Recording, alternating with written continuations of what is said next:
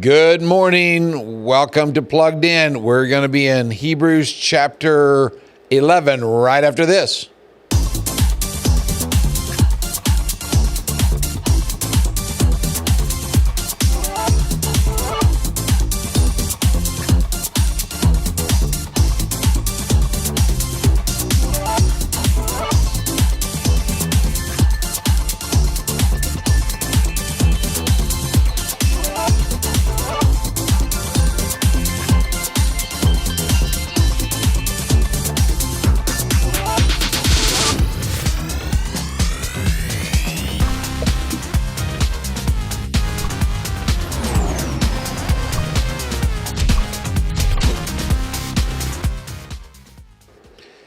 And welcome back to Plugged In. We are glad that you're with us this morning. And, well, I haven't done this in a few weeks, but the weather looks nice and looks pretty good for the whole week. Woke up this morning at 56 degrees. I like that. Beautiful fall day.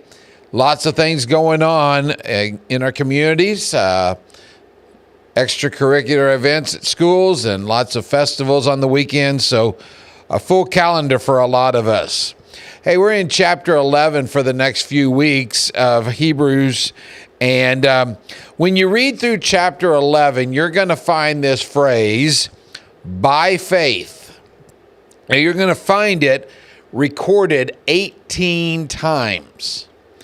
Now, of those 18 times, 17 of them are in connection to an individual. Of those, 7 of them specifically connect to Abraham or Moses. Abraham has 3 of them. By faith, Abraham, you find that 3 times. By faith, Moses, 4 times.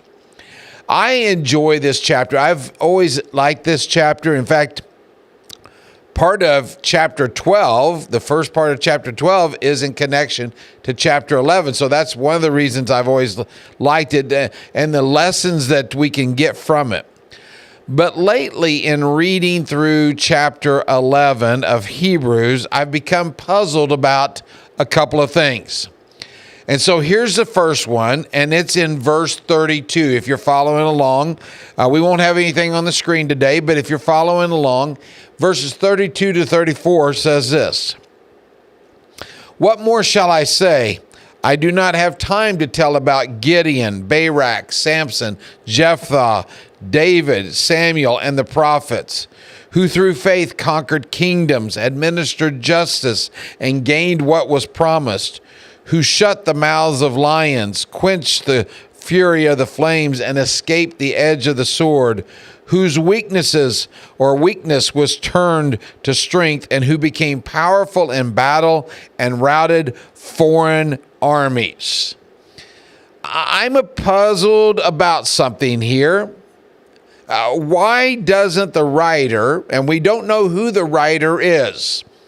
Some speculate it is Barnabas. That's where I lean.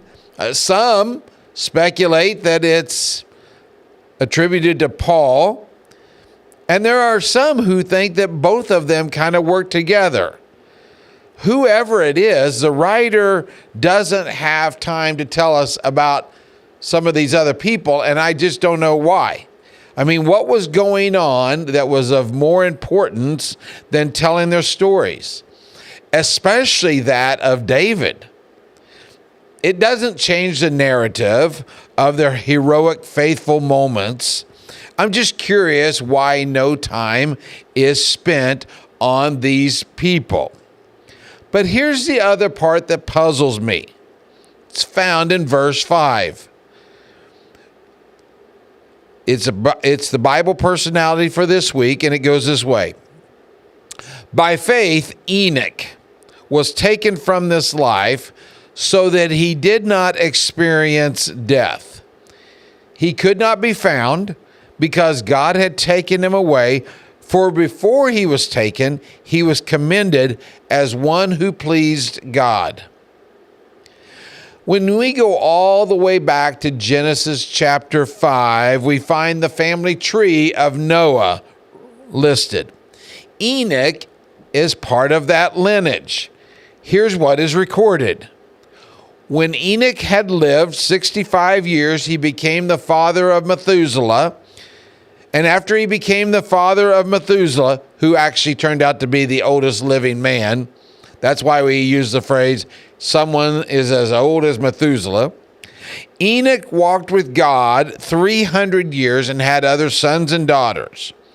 Altogether, Enoch lived 365 years. Enoch walked with God. Then he was no more, because God took him away. Why didn't Enoch see death? Why did God just take him away? There's only one other individual in the scriptures that we find that happened with. In the Old Testament, it was Elijah. He's walking down the road with Elisha, and all of a sudden, he is no more. They're questions that only have speculative answers. There's nothing concrete. But what we do know about Enoch from his story is something we can apply to our lives. From the Hebrew text, it tells us that he pleased God. From the Genesis story, it tells us that he walked with God. I took a few moments to look up what it means to walk with God, and here is what I found in its simplicity. It means to be in harmony with Him. As you and I journey through life, His thoughts are our thoughts, His actions would have been our actions. What He loves, we love. What He hates, we hate. It's being in harmony. To be in harmony with God means that one is required to listen to His commandments. And then there's an action part. The action part is put their faith in Him on those commandments or on those commands. And the other action is to continue to work. Work at following His path that He has laid out. I enjoy this chapter, and I like the stories of Abraham and Moses, Isaac, Joseph, and all the ones that they don't have time to talk about. I probably like those because those are the stories that I grew up with, as well as you did probably in church. But we can still get some information and some change or challenges in our lives by those we don't know that much about, and Enoch is one of them. So the challenge for you this week is this: to live in harmony with God. What I want to encourage you to do is live in such a way that when your last breath is drawn here, even if it's not etched on a stone, people will say of you, he or she walked with God. They pleased God. Thank you again for joining us this week. We thank you for being with us each week, and we hope that you'll like this and share it with others. And we look forward to seeing you next week on Plugged In.